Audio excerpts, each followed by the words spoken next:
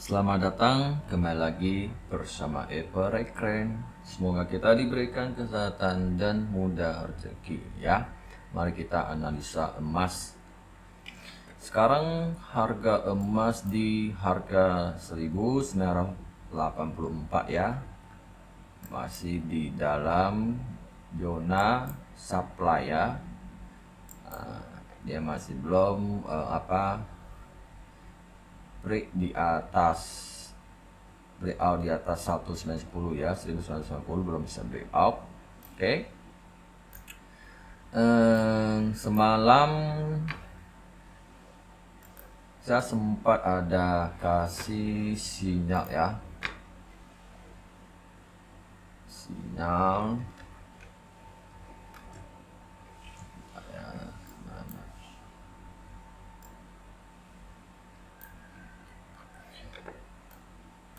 semalam dia sempat turun ke 1950 ya, karena dia kan masih dalam zona sub demand.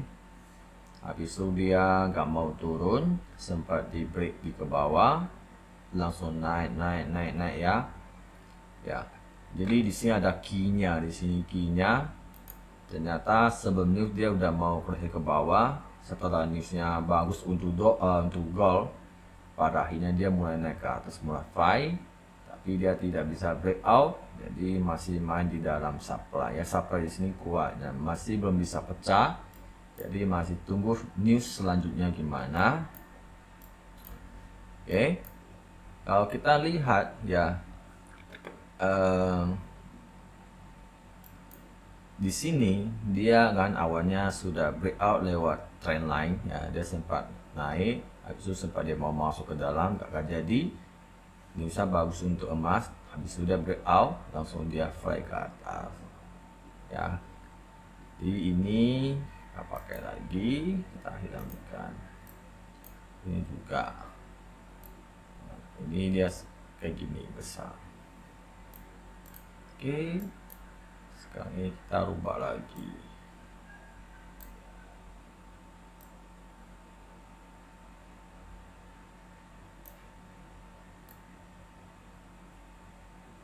Ya, seperti ini.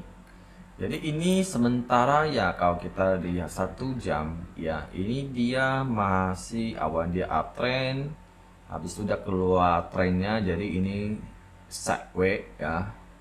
Jadi kalau sideways-nya sudah selesai ya, ini ada potensi memang dia akan ganti trend ya, masih trend ganti trend. Selama dia nggak bisa breakout di atas 2000, dia akan ke bawah lagi ya. Habis itu kita lihat semalam saya sempat kasih zona ya. Oke, zona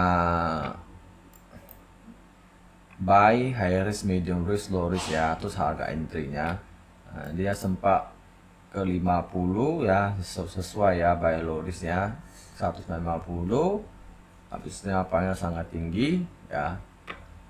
Setelah itu dia kan sempat ke sell high risk ya, 1978 ya, 1978. Oke, sini kita lihat ya. Nah, dia awalnya sempat masuk 1980 ya, dia mulai didorong ke bawah ya, ke 73 ya. Lumayan juga ya, kalau ada mindset scalping juga dapat juga ya, ke 73, 50 pip ya. Cuma ini kan di saat news ya, dia langsung fly ke atas ya. Kalau newsnya bagus untuk dolar, dia akan turun lebih dalam ya. Tapi sayangnya newsnya jelek untuk dolar. Oke. Nah, selanjutnya dia akhirnya ke low risk ya, ke 190 ya, 88 sampai 90 yang akhirnya memang capai target ya, sell low risknya capai target. Kalau ada yang sell 90, terus TP ini ya sekitar 83, udah 70 pip ya, lumayan juga ya. Nah, nanti saya akan bahas cara entry-nya kan gimana ya, bukannya kita langsung di harga atau entry ya. Oke. Sekarang saya ada ini sinar baru lagi ya, kayak gini ya. Oke. Nah, kita lihat sel ya, sel lorisnya di 2018, 2025, 2006 sama yang 1996. Oke, sekarang harga sudah di 183 ya. Kalau saya kan bisa lihat dia sudah break atau belum ya. Jadi saya tinggal misalnya kan, oke. Sekarang saya lihat ya, si H1 ini sudah breaknya di atas ini ya, di atas ini. Oke. Ini dia ada potensi dia turun ya, turun. Tapi sini dulu ya, sini ada 82 ya. Kalau 82 dia bisa pecah, akan ketemu lagi namanya support selanjutnya 76. Ini dia udah di support, oke. Nah, segini. Ini ada support ya. Nah, di situ ada demand. Oke. Bisa ada demand. Oke. Jadi ini dia mungkin mau ke bawah. Sekali kalau dia retest bawah itu udah selesai, dia ada potensi mau retest lagi sekali lagi namanya 90 ya. 90 ya, sekali lagi ya. Semakin ada yang tanya, Bang, ini harga mau ke 190. Iya, memang dia mau retest sekali lagi, mau coba apakah dia bisa break atau tidak ya. Ternyata memang dia belum bisa breakout ya. Ya, kita bisa lihat sebelumnya. Pada akhirnya dia makin turun ya. Jadi ini seperti masih tanda-tanda ke bawah ya. Ini sepertinya dia trennya downtrend. Kita lihat ya, downtrend ya, tren lainnya downtrend ya. Kenapa? Kecuali dia hanya di atas ini, baru sepenuhnya kehilangan momen downtrend ya. Ini kan masih high low ya, dia kan tingginya makin turun di bawah sebelumnya, kecuali dia di atasnya ya, baru dia termasuk sideways, berarti downtrendnya hilang. Nah, kecuali dia naik lebih tinggi ya. Jadi ini saya lihat 1 jam nih ya, dia lah setelah jam 8 apakah dia akan turun, seberapa dia bisa jebol namanya sampai sini, karena dia sudah masuk ya. Jadi dia perlu keluar dulu. Kalau dia udah keluar, dia akan uji lagi support selanjutnya di sini 75 76. Oke. Atau sampai di main 73, habis itu dia coba naik ke atas lagi ya. Karena hampas dia masih cari high hampas, oke. Nah, ini sekarang saya mau bahas cara ente gimana ya. Contoh ini, oke. Kalau seandainya buy high risk-nya 192, oke, mungkin dia ke 75 atau 73 di sini ada di band ya, oke. Gimana cara kita entry ya? Kita lihat ya. Kalau kita dia di high risk, terus kita di harga sudah dekat, apa kita break, apakah kita entry atau tidak, kita lihat indikator, atau kalian bisa lihat dia sudah break atau belum. Kalau bagi kalian belum bisa lihat break, kalian bisa dibantu dengan namanya indikator, namanya slow stack. Ini oke, kalian bisa lihat seperti ini. Kalau harga ini, indikator ini sudah di bawah sini ya, terus kalian boleh ambil buy karena harga sudah murah aja, ada potensi dia koreksi ke atas ya. Sekarang gini, mungkin candlenya sudah tiba-tiba dia jatuh ke bawah, tapi harganya masih mahal, kalian entry itu sangat bahaya ya. Ini sebenarnya saya sudah pernah bahas ya. Oke. Bagi yang belum ngerti, nanti saya akan ulang lagi atau cek video sebelumnya ya.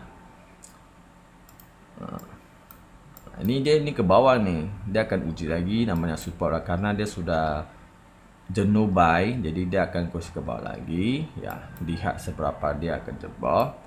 Jadi 72 ya, mudah break entry ya. Tapi lihat apakah dia sudah break atau belum. Sekali seperti ini. Saat dia 90 dia sudah break, sudah jenuh, tapi bisa break out lagi, dia mulai turun. Sekarang dia ke bawah. Ini sinarnya dicatat ya.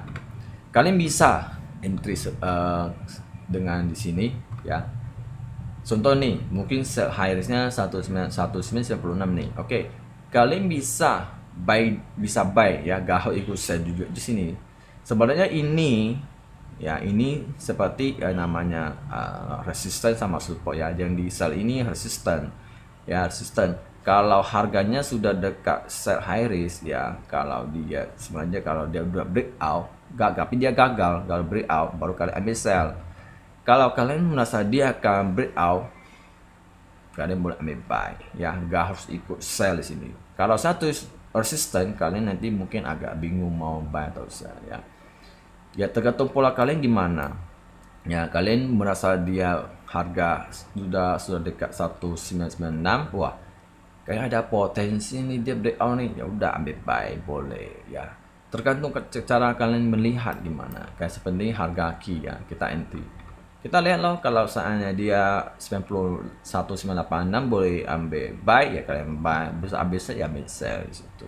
Intinya ini kuncinya, kunci kita entry supaya kita agak semangat entry gitu. Ya. Punya planning. Ya. Itu kita lihat ya. Sekarang dia masih keadaan downtrend ya, tapi masih belum gitu kelihatan ya. Kalau kita lihat seperti gini ya, oke.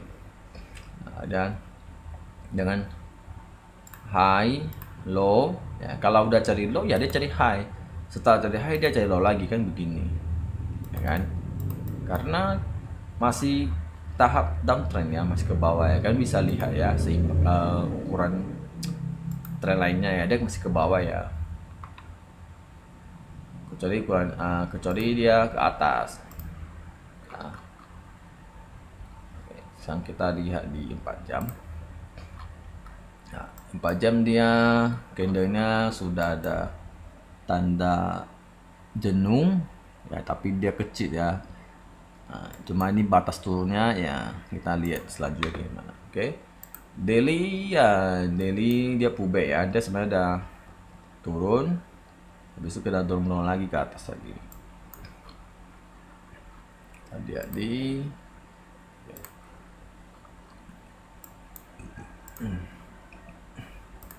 kita ini dulu ya.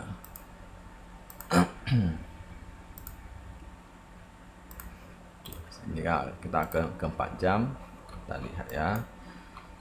Ini dia masih masih itu dalam segitiga ya, tren segitiga, kita bisa lihat ya. Jadi ini bukan bahwa dia masih akan lanjut ya, kita bisa lihat dari sini ya. Masih dalam jebakan trennya di sini, kita lihat ya. Ya, high low, high low, high low, high low. Nah, di sini. Di sini antara kalau dia benar-benar pecah ya, kita akan garis ya di sini. Atau di sini. Oke. Di sini support terkuat. Kita kasih besar. Oke. Di sini resisten terkuat.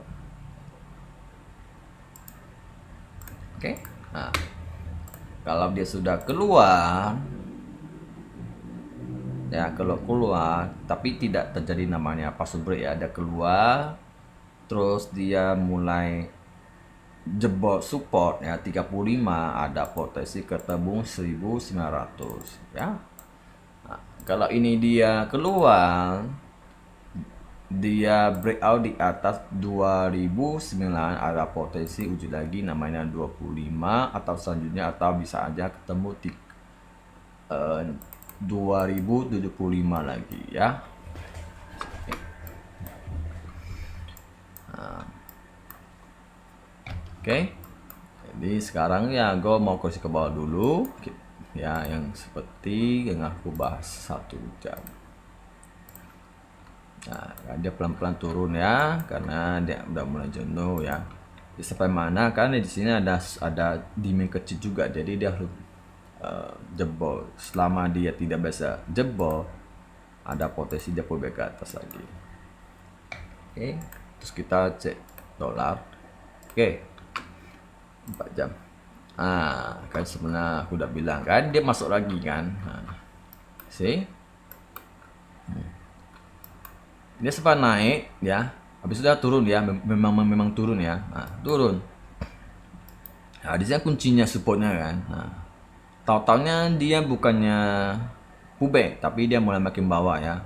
Kayak gini lah, dia udah masuk ke dalam. Kita hapuskan.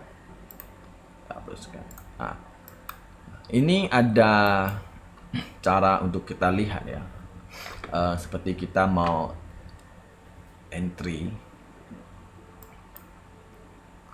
kalau dia sudah keluar dari trennya, terus dia ada dekat tren lainnya, tiba tahunnya dia supportnya agak kuat, langsung dia ke bawah ya. Jadi apakah ini dia mau coba ke atas lagi? Apakah dia bisa breakout? Kalau nggak bisa, akan ke bawah lagi. Dia resisten. Oke. Dia ada support selanjutnya. Terus kita cek Bitcoin. Oke.